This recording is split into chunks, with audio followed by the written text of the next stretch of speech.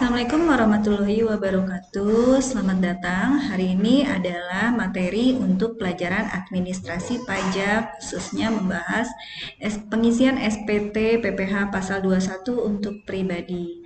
Nah, hari ini ada yang istimewa, yaitu kita menyambut peringatan Hari PGRI ke-76 dan Hari Guru di tahun 2021. Semoga guru tetap bangkit, makin maju, makin jaya. Bangkit guruku, pintar negaraku. Nah, sekarang kita mulai saja pelajaran kita. Di sini ada contoh soal untuk perdana transport yang bergerak di bidang usaha jasa transportasi. Ini adalah studi kasus tahun 2010. Nah, untuk diingat bahwa PTKP setiap tahun terkadang berubah-berubah.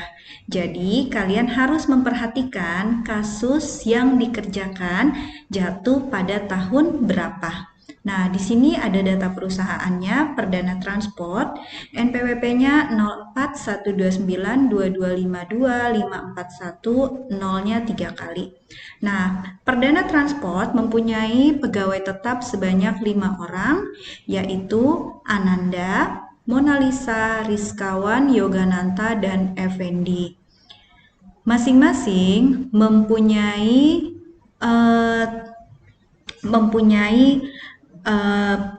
jabatan masing-masing beserta tanggungan yang ada. Seperti Ananda. Ananda mempunyai NPWP, lalu jabatannya manajer, dia kawin dan punya anak 1, gaji pokoknya 6 juta, mempunyai tunjangan strukturalnya 3.500.000. Mona Lisa sebagai wakil manajer tidak kawin, tanpa tanggungan, gaji per bulan 4 juta, tunjangan struktural 1.500.000. Rizkawan, kawin, tanggungan 3, gaji sebulan 2.500.000.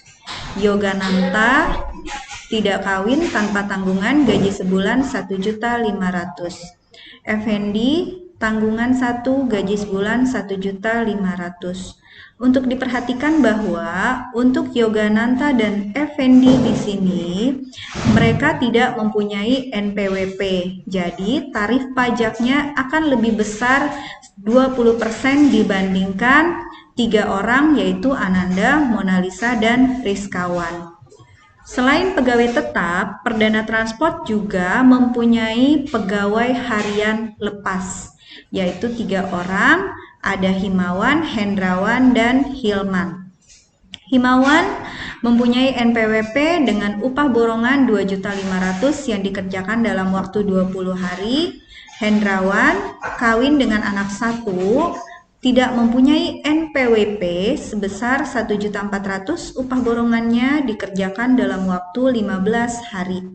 Hilman tidak kawin dan tidak punya tanggungan, upah borongan 1.060.000 dikerjakan dalam waktu 9 hari. Kembali ke awal di pegawai tetap, di sini ada informasi lain, yaitu setiap pegawai yang telah berkeluarga atau memiliki tanggungan berhak atas tunjangan keluarga 10% dari gaji pokok sebulan. Jadi, selain tunjangan struktural, setiap pegawai mendapat tunjangan 10% dari gaji pokok, baik dia sudah menikah ataupun belum menikah.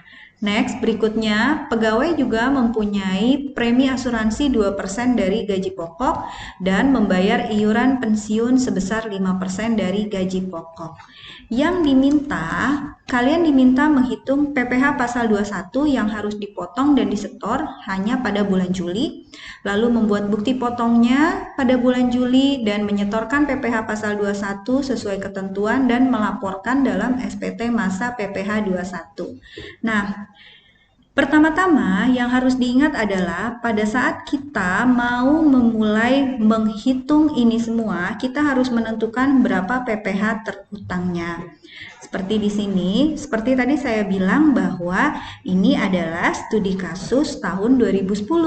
Jadi, kita harus melihat PTKP tahun 2010. Ini adalah PTKP tahun 2010 untuk pria atau wanita yang tidak kawin, pria wanita yang kawin, atau suami istri yang penghasilannya digabung. Nah, ini keterangannya. Lalu ini adalah tarif pembayaran PPh pasal 21, di mana kalau PKP kita 50 juta, maka tarifnya adalah 5%. Maksudnya di sini kurang dari 50 juta ya. Nah, berikutnya kalau PKP kita lebih dari 50 sampai dengan 250 juta, maka tarif pajaknya 15%. Lalu, jika PKP kita lebih dari 250 sampai dengan 500 juta, maka tarif pajaknya 25%. Next, berikutnya, jika lebih dari 500 juta, maka tarif pajaknya adalah 30%. Berikutnya, kita mau mulai menghitung tarif PPh pegawai tetap. Di sini seperti tadi saya bilang bahwa pegawai tetap ada 5. Yang pertama Ananda.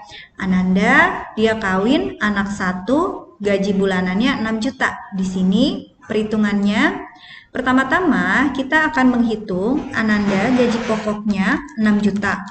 Lalu tunjangan struktural Ananda adalah 3.500.000. Gaji pokok tunjangan adalah 10% dari gaji pokok, maka Ananda mendapat tambahan 600.000. Jadi, total tunjangan Ananda adalah 4.100.000. Berikutnya, premi asuransi 2% dari gaji pokok, berarti 2% dikali 6 juta, maka didapat hasil 120.000. Di total, tunjangan menjadi sebesar 4.220.000. Maka total penghasilan bruto gaji pokok ditambah tunjangan sebesar 10.220.000. Dikurang dengan biaya jabatan, iuran pensiun, lalu biaya jabatan rumusnya 5% dikali total penghasilan bruto sebulan. Ingat selalu bahwa biaya jabatan tidak boleh lebih besar dari 500.000. Contoh di sini, biaya jabatan untuk Ananda seharusnya adalah 511.000. Tapi karena maksimal biaya jabatan hanya 500.000, maka kita hanya memotong 500.000. Berikutnya, iuran pensiun 5% dari gaji pokok, berarti 5% dari 6 juta, dapat 300.000 rupiah. Berikutnya adalah penghasilan neto sebulan. Penghasilan neto sebulan didapat dari penghasilan bruto sebulan dikurangi biaya jabatan dan iuran pensiun. Maka didapat hasil 9.420.000. 9.420.000 ini penghasilan neto sebulan. Maka untuk menghitung penghasilan neto setahun 9.420.000 kita kali 12 bulan. Dapatlah 113.040.000. Berikutnya di sini PTKP tahun 2010. Nah, ingat di sini Ananda tadi mempunyai anak 1. Dia kawin, jadi PTKP dia adalah PTKP K-1, yaitu 18.480.000. Maka di sini ditulis 18.480.000. Maka kita potong penghasilan neto setahun dikurang PTKP. Maka didapatlah 94.560.000. Inilah yang akan kita jadikan perhitungan untuk menghitung PPh terhutang setahun. 94.560.000. Karena PKP Ananda sudah lebih dari 50 juta, maka Ananda dikenakan tarif pajak lapis kedua, yaitu 15%. Tapi pada penghitungan pajak, kita tidak langsung melakukan pemotongan 15% dikali 94 juta, tapi kita memotong per lapisan dulu. Jadi seperti ini, per lapisan itu Maka kita akan menghitung mulai dari 5% dikali 50 juta. Kenapa 50 juta? Karena setiap lapisan maksimal 50 juta, 15% maksimalnya 250 juta. Jadi kita menghitung batas maksimalnya 50 juta. 5% dikali 50 juta, 2.500.000. Nah, berikutnya 15% dikali penghasilan neto setahun 94 juta diambil 50 juta. 50 juta tadi kan sudah dipotong. Jadi dapatlah 6.684. Lalu kita jumlah 2.500.000 ditambah 6.684 sama dengan 9.184.000. Maka dapatlah PPh terutang sebulannya 9.184.000 per tahun. Karena pembayaran PPh dilakukan per bulan, maka PPh terutang setahun ini kita bagi 12. Jadi yang dibayar Ananda setiap bulannya adalah Rp765.333. Seperti yang ada di tabel ini ya. Berikutnya, contoh kedua adalah Mona Lisa. Mona Lisa gaji pokoknya 4 juta, tunjangan struktural Mona Lisa 1.500.000. Lalu gaji pokok tunjangannya 10% tambahannya menjadi 400.000, maka total tunjangan Mona Lisa adalah 1.900.000. Berikutnya, tambahan lain adalah premi asuransi 2% dari 4 juta, yaitu 80 juta. Berikutnya, total penghasilan bruto berarti gaji pokok ditambah tunjangan struktural ditambah tunjangan gaji pokok ditambah premi asuransi dapatlah 5.580.000, yaitu penghasilan bruto sebulan. Berikutnya, biaya jabatan. Biaya jabatan 5% dari penghasilan bruto sebulan. Berarti 5% dikali 5.980.000. Dapatlah 299.000. Berikutnya, pemotongan kedua adalah iuran pensiun. Iuran pensiun 5% dari gaji pokok, maka didapatlah 200.000. Lalu kita jumlah penghasilan neto, penghasilan bruto dikurang biaya jabatan dikurang biaya iuran pensiun, maka dapatlah penghasilan neto sebulan. Nah, setelah neto sebulan, kita mengkalikan 12 bulan. 5.481 dikali 12 bulan, dapatlah 65.772.000. Nah, setelah ini kita menentukan PTKP untuk Mona Lisa. Karena Mona Lisa belum menikah dan tidak punya tunjangan, maka kita lihat di sini untuk yang belum menikah dan tidak punya tunjangan, besar PTKP-nya 15.840.000. Ya. Nah, ini jadinya dipotong penghasilan neto setahun dipotong PTKP 15 juta, dapatlah PKP-nya 49.932.000. Nah, setelah kita mendapat PKP, baru kita bisa menghitung PPh terutang setahunnya. Karena Mona Lisa penghasilannya kurang dari 50 juta setahun, maka Mona Lisa dikenakan lapisan tarif pajak ke-1, yaitu 5%.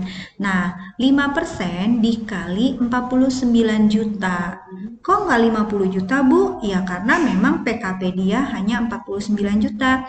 Jadi, kita langsung mengkalikan dengan PKP-nya. 5% dikali 49 juta dapatlah 22.496.600 rupiah. Ini setahun. Nah, kita akan membagi per bulan. Jadi, per bulannya Mona Lisa dikenakan 208.050.000 rupiah. Berikutnya, saya langsung ke nomor 4, Yogananta. Yogananta ini tidak punya NPWP. Nah, di sini contoh untuk Yogananta. Gaji pokok Yogananta 1.500.000, tunjangan struktural dia tidak punya, tunjangan gaji pokok tetap diberikan, berarti 10% dari 1.500.000 yaitu 150.000, premi asuransi 2% dari gaji pokok, maka gaji pokok ditambah tunjangan hasilnya adalah 1.680.000 penghasilan bruto sebulannya. Dikurang dengan biaya jabatan dan iuran pensiun, maka penghasilan neto setahun untuk Yogananta adalah 1.521.000 dikali 12 jadinya 18.252.000. Karena Yogananta tidak menikah dan belum punya tunjangan, maka Yogananta dikenakan PTKP Rp15.840.000. Nah, PKP menghitungnya kembali penghasilan neto setahun dikurang PTKP. Jadi, walaupun dia tidak punya NPWP, dia tetap dihitung PTKP-nya berapa? Lihat dari status pernikahan. Nah, penghasilan neto PKP Yogananta adalah Rp2.412.000. Jadi ini adalah PKP-nya Yogananta. 2.412.000 berarti dia kena lapisan tarif pajak pertama. Tapi karena Yogananta tidak mempunyai NPWP, maka Yogananta lebih besar 20% pajaknya.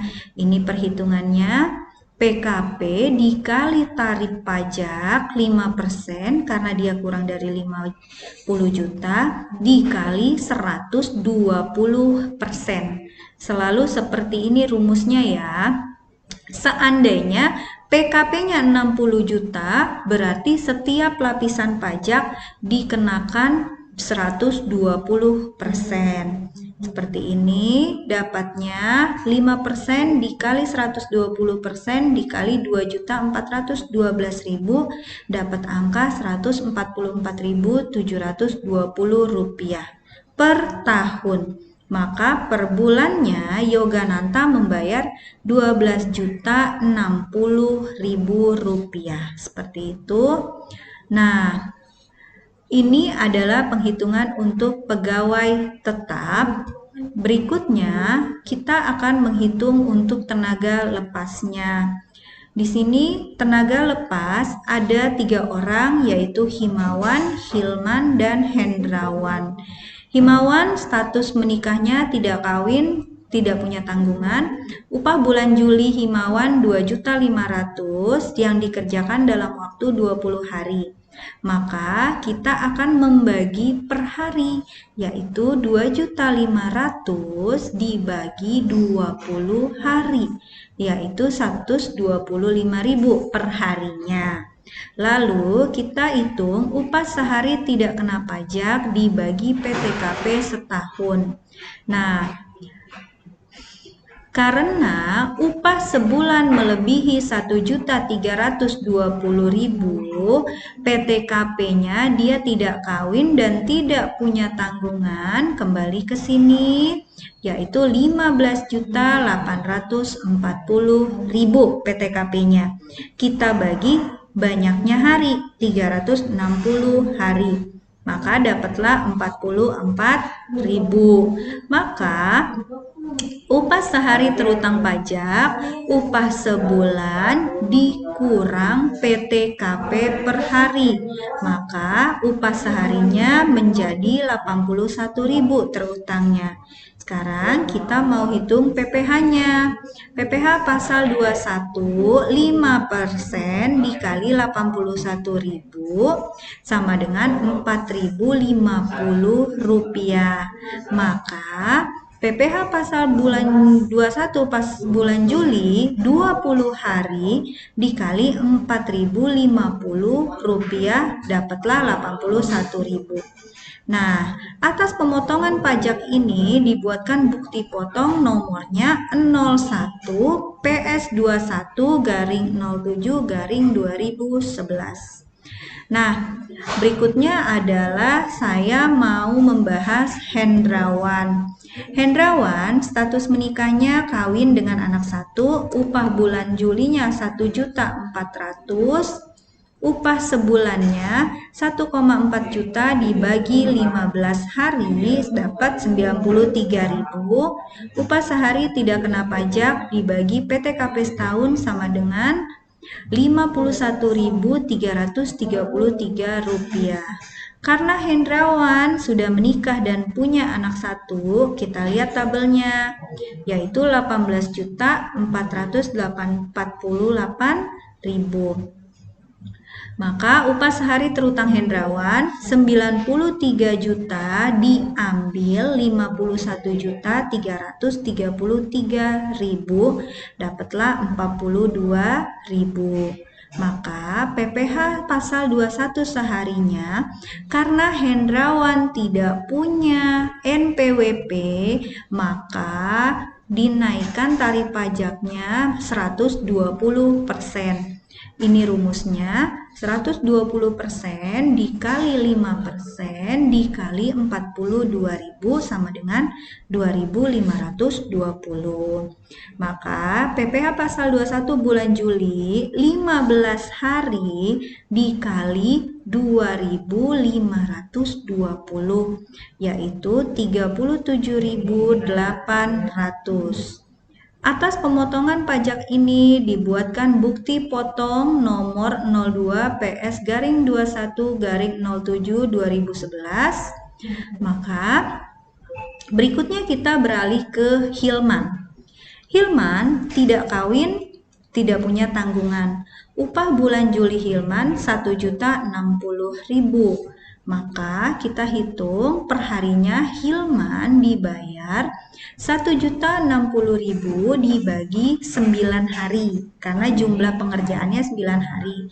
Dapatlah 117.778 hari. Nah, karena Hilman upah sebulannya tidak melebihi 1.320.000, maka Hilman tidak dikenakan PPh pasal 21 alias nihil. Jadi kita tidak perlu membuatkan daftar bukti potong untuk Hilman. Kita hanya membuat daftar bukti potong untuk Himawan dan Hendrawan. Setelah kita mengerjakan tabel PPh untuk pegawai tetap dan tenaga lepas, kita membuat penghasilan bruto dan PPh pasal 21 yang dipotong. Untuk pegawai tetap, penghasilan brutonya 22.360.000. Kita dapat ini dari sini ya. Lalu untuk PPh pasal 21 yang dipotong 1.024.000. Dapatnya dari sini. Ya. Berikutnya untuk tenaga lepas 4.960.000. PPh-nya Hilman 81, Himawan 81, ditambah Hendrawan 37, ditambah Hilman, maka didapatlah 4.900.000 bruto itu 2.500.000 ditambah 1.500.000 ditambah 1.060.000 dapat 4.960.000. Maka kita total hasilnya 27.320.000. PPh dipotongnya untuk Himawan dan Hendrawan saja. Jadi dapat 118.800. Sampai sini. Berikutnya yang harus kita lakukan adalah bukti potong Himawan ya. Nah, pertama kali di sini kita bikin Himawan. Kita tulis untuk Himawan Alamatnya diisi, nomornya yang tadi itu 012 01 garing PS 21 garing berapa tadi? 07 garing 2011. Seperti ini ya. Nah, setelah ini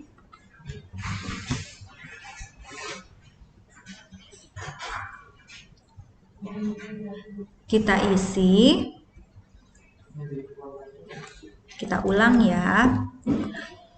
01 garing PS 21 garing 07 garing 2011. Nah, kita isi himawan, alamatnya, lalu PPh pasal 21. Karena himawan merupakan tenaga lepas, maka himawan kode pajaknya 21.100.03. Di sini kita isi 21.100.03. Jumlah penghasilan bruto himawan kita lihat di sini.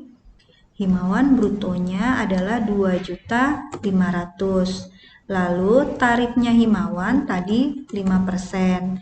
Nah, PPh dipotongnya himawan adalah yang ini tadi 81.000.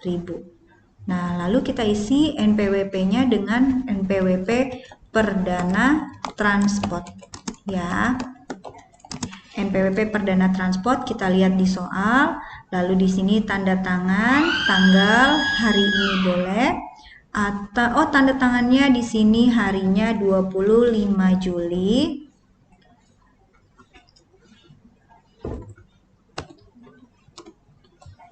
Lalu di sini diisi tahunnya. Nah, berikutnya di sini adalah nama pimpinannya, yaitu Ananda ya. Nah, untuk Hendrawan juga sama caranya seperti tadi. Lalu untuk daftar bukti potong, kalian mengisi namanya untuk Himawan dan Hendrawan. Di sini tulis NPWP-nya Himawan dan Hendrawan ya. Himawan, ini Hendrawan.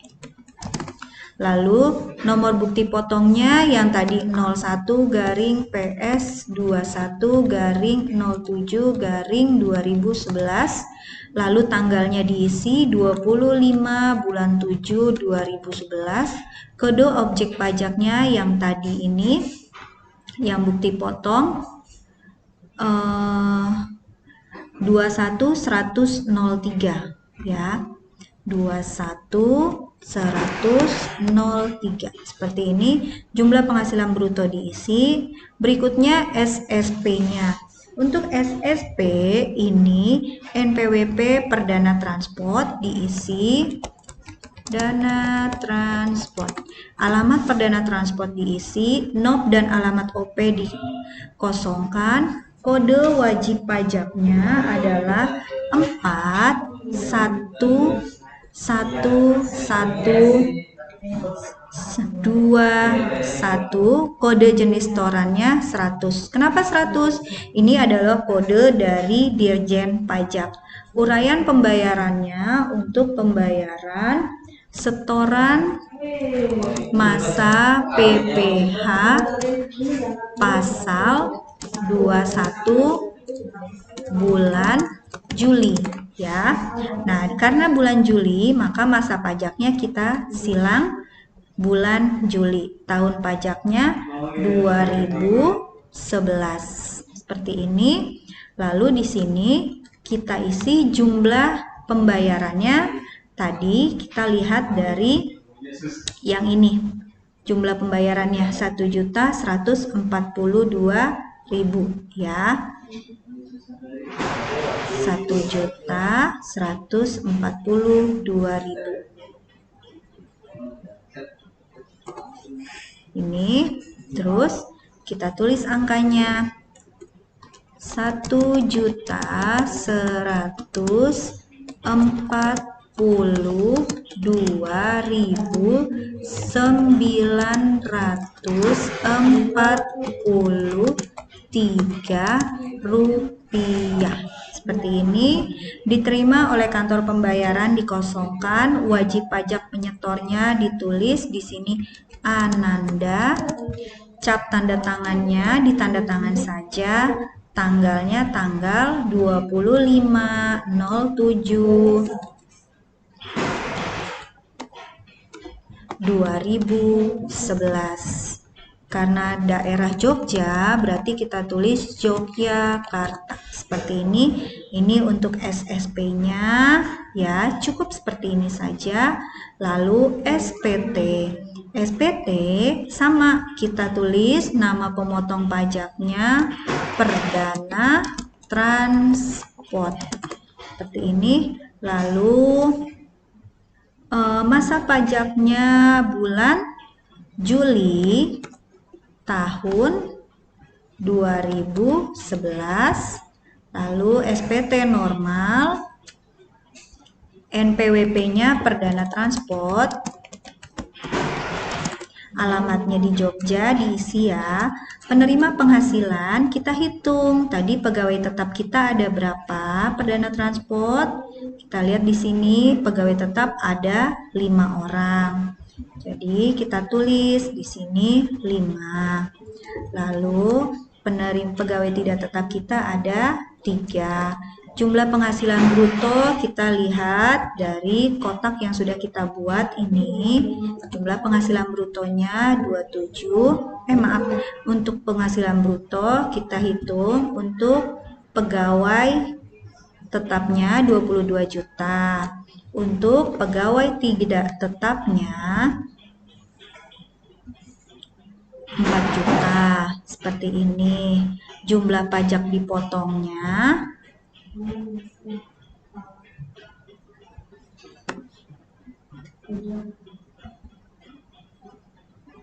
1 juta, ya. Lalu untuk pegawai tidak tetap jumlah yang dipotong 118.000. Sudah seperti ini kita mengisinya. Lalu kita jumlah dari atas dapat 27 juta.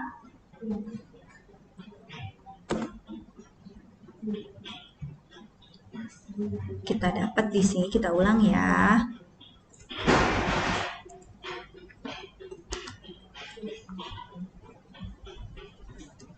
Kita hitung. Dapatnya segini, 1.149.142.000. Nah, lalu karena tidak ada kelebihan setor atau kurang setor, kita kosongkan. Kita langsung ke sini. NPWP-nya ini diisi dengan nomor NPWP Perdana Transport. Lalu kita langsung ke pernyataan dan tanda tangan. Di sini pemotongnya isi Perdana Transport. Tanggalnya tanggal 25 Juli 2011. Tempatnya di Yogyakarta. Tanda tangannya di sini tanda tangan dengan nama pimpinannya yaitu Ananda ya. Ananda. Sudah selesai sampai di sini SPT masanya. Mudah-mudahan bermanfaat untuk kalian belajar ujian praktek. Semoga bermanfaat. Kalau ada yang kurang mengerti bisa ditanyakan ke ibu. Saya ulang lagi. Jadi pertama kali kalian harus menghitung tabel PPh terutangnya. Nanti kalian tulis di soal di lembar jawaban, lalu kalian hitung juga tenaga lepasnya berapa orang, dan kalian lalu membuatnya dalam bukti potong pajak ya. Sampai di sini, terima kasih atas perhatiannya. Semoga lancar dalam mengajarkan ujiannya. Selamat Hari Guru, selamat Hari PGRI, Jaya Indonesiaku, Jaya Bangsaku, Jaya Siswaku. Wassalamualaikum warahmatullahi wabarakatuh.